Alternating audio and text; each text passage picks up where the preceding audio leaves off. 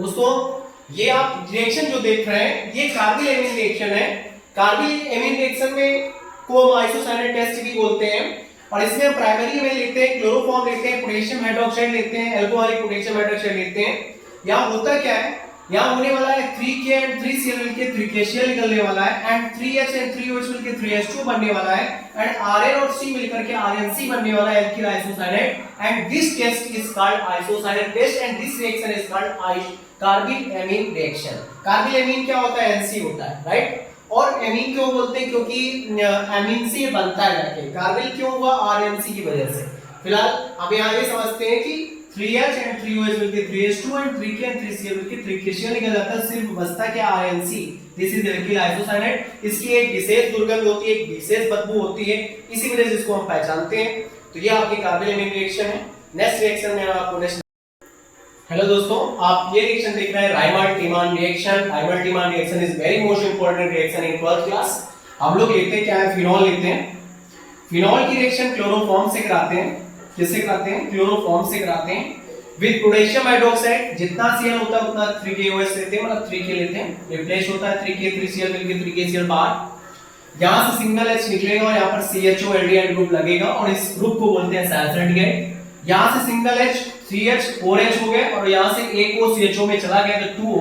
आप अच्छी तरीके से जानते हो अगर 4H 2O है तो 2H2 बनने से कोई रोक नहीं सकता। This reaction is called Raymond-Tiemann reaction. This is very most important reaction. Share it.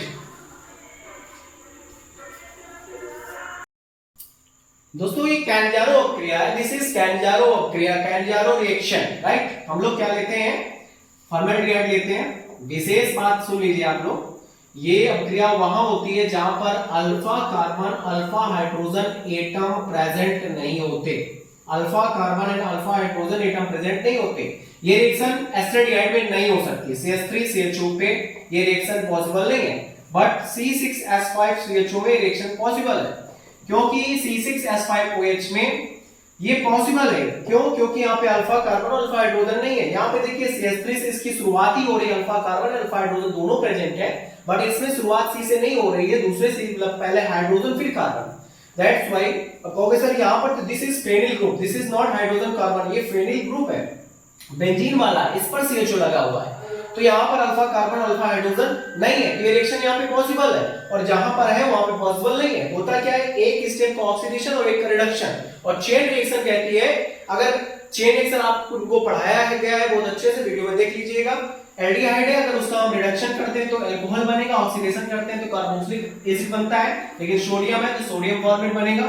नीचे अगर इसका हम रिडक्शन करेंगे तो बनेगा C6H5CH2OH प्लस यहां बनेगा C6H5COONA।